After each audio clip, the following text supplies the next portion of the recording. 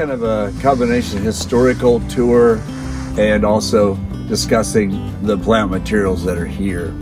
So back in about, it was between 1987 and 93 that the Nebraska Statewide Arboretum received a big grant from the Peter Kiewit Foundation to start various community arboretums, and you had to apply to be considered. And the Brownville community learned about this opportunity through Ruth Keene. Ruth and her husband Jim owned the Muir House, and Ruth heard about this, and the statewide arboretum was pretty particular about what you had to do to be eligible to apply for the grant. One of the things you had to do, you had to personally be at a meeting where the other communities all met, and they kind of explained the program and how you apply. So that's how we became aware that there was a grant. And one of the things that you had to do was take some photographs and make a kind of sketch of the site. And so this I don't know, some years ago, but before that, I don't know exactly when, the Fine Arts had acquired this schoolhouse. And all around here was just kind of junk trees. And there was a huge ditch right here, that erosion right to the west side of the Schoolhouse Art Gallery, and it was kind of threatening the building because the water came from under Main Street here.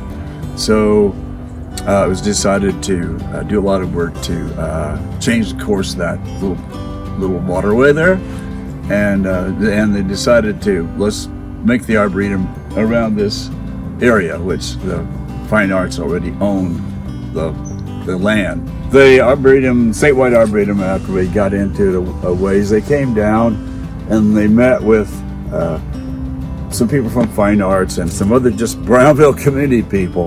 And initially the meeting was under this tree. Now this tree is about the only one here that you see that was here. And it just happened to be growing here. It's only about half as large as it is now. And it's a Kentucky coffee bean tree, which is unusual that it just showed up here somehow or other, because there was no other Kentucky coffee bean trees in the area.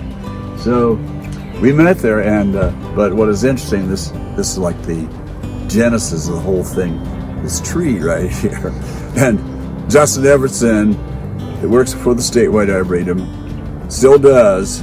At that time he was an intern, student intern, and the other representative of the statewide arboretum is a woman named Kim Todd, and she's a landscape architect. And at that time she was working for the statewide arboretum, but now she's seen about every week on Nebraska Public TV on the show called The Backyard Farmer, and her name is Kim Todd. And she was so there were two people way back 30 years ago, or not quite 30, but that were active in the whole thing then, who still are connected. So it's kind of unique, and we were one of the probably part of the first dozen. Now there's some 90 affiliate sites across Nebraska. Nebraska's the only state that has a statewide arboretum.